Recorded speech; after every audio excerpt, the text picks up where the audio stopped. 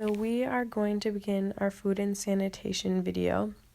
So first we are going to make sure that the water is warm, and we are going to wash our hands thoroughly and make sure you get in between each finger to help sanitize your hands and help keep your germs to yourself when you are prepping for lunch, because germs can spread very easily. Then we are going to fill our bucket up with warm water and add a little dish soap that is located next to the faucet on the sink. And again, this is just so that the warm water kind of stays separate in the sink in case there are other things in the sink at the same time. And so once the bucket is full, you can go ahead and put the dish rag into the soapy water and rinse it out so you don't have water dripping everywhere, and then you can begin to wash the table off. Again, this is important to make sure that everything is off of the table before we put food on it. Maybe the kids were playing with Play-Doh or other things, and so this really just helps make sure that things are clean. And it's also important to make sure you wash the chairs before and after each meal, just in case there is something on it from before they ate, and then it makes sure that we clean off anything after they eat that they may have spilled on the chairs, like syrup or milk or anything like that, to help keep them as clean as possible and help them last as long as possible, so we aren't having to replace supplies in the classroom. So once things are washed, then you can grab the green sanitizing spray underneath the sink and spray the table. Again, we don't wash the table after we put the sanitizing spray, because again, this just helps not spread any germs around that may still have been on the table. Then you can get the plates out of the cupboard above the dishwasher and set the table. So here we put one plate out because that's how many we are serving. Then there's also, you can put a napkin out in case they spill or want to wipe their face. And then the spoons are located in the drawer next to the oven, and this can be set right on top of the napkin for ease. And then the cup is located above the kitchen sink, and that can be set out right in front of their plate, where we will later add milk. Once the cup is set, you can add their name tags. This just helps make sure that they're sitting by kids they may not always play with, and encourages them to talk to one another in a social setting. Then you can get the milk out of the refrigerator and put in about 3/4 a cup of milk. In this video we are measuring just so they can see exactly how much that would look like, but in reality we don't always use the measuring cup. We kind of just gauge based on the lines on the cup. So then you can go ahead and put the milk away in the fridge and make sure that you rinse the measuring cup off in the sink, just to kind of help the contamination between using it for other things. And then you see that we have all of our food, and we take the temperature of the meat to make sure that it's around 135 degrees. And so as you can see, it was around that. And so we again rinse the meat thermometer off and use it for later. Then you can go ahead and take the 4th scoop and scoop 1/4 of the protein onto the plate. Again, if it was a pork or a chicken, they get 1.5 ounces, but because it's a dish like that, they get 1/4 of a cup. So again, it just all depends on what they're serving specifically that day, because it changes from day to day. So once you have the meat on the plate, go ahead and put the gloves on, just help again the spread of germs and keep that as clean as possible.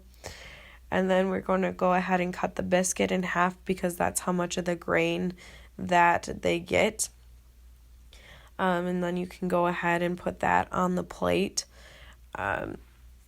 with making sure that you use the hand that the glove is on.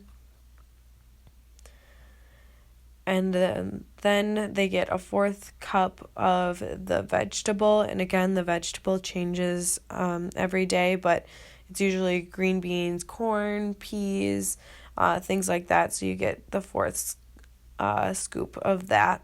And again, make sure that you rinse it off just in case that kids have food allergies or things like that, that they don't get that spread around. And a good rinse is all that is truly needed for that. Then you can use the cutting board to cut the apple in half. And so with all fruits, they get a half. So a lot of times they have apples or bananas or pears. And so just depending on the fruit, they usually get about a half of the fruit. And with the bananas, we usually peel them just because more kids are likely to eat the fruit if we are peeling them. Then you can go ahead and rinse the apple to make sure that it's all clean.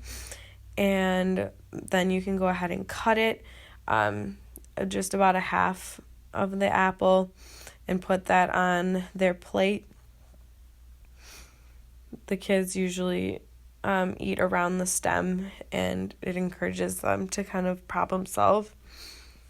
And once the fruit is cut, we do offer them bread and cheese as an alternative option that is put on all of their plates in case they are not choosing not to eat the meal that is provided that day. And a lot of kids do eat the bread and cheese, and so that's why we do just put it on their plate as an option for them, because they can make the choice of what they're going to eat.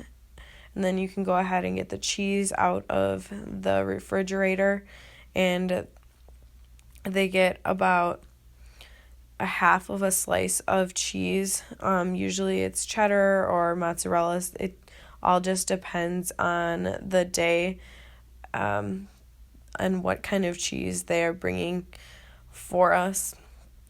But again, this is a good dairy option for them. So once the table is all set, we have the children wash their hands and sit down for the meal. Once they are done, we excuse them from the table, and they are supposed to put their food in the garbage and dump their milk in the sink. And this really encourages them to help with this process and make them a leader. And then we clean up the table after they leave and go wash their hands again. We do keep their name tags every day and put them in different spots.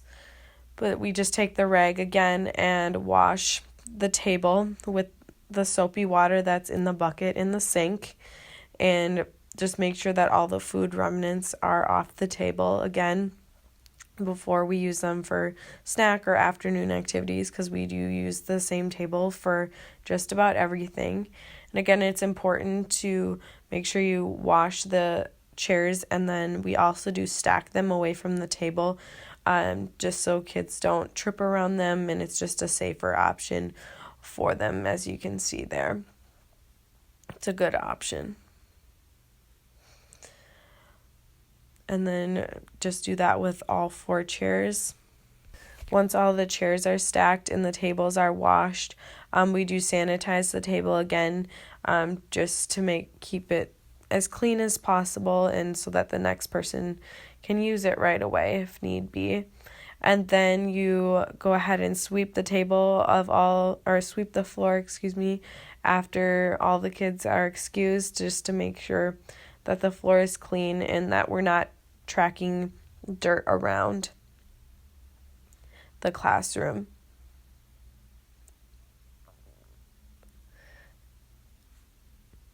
And then make sure you put it in the dustpan once it's all cleaned up, and throw it all in the trash, just to make sure it's all clean and tidy.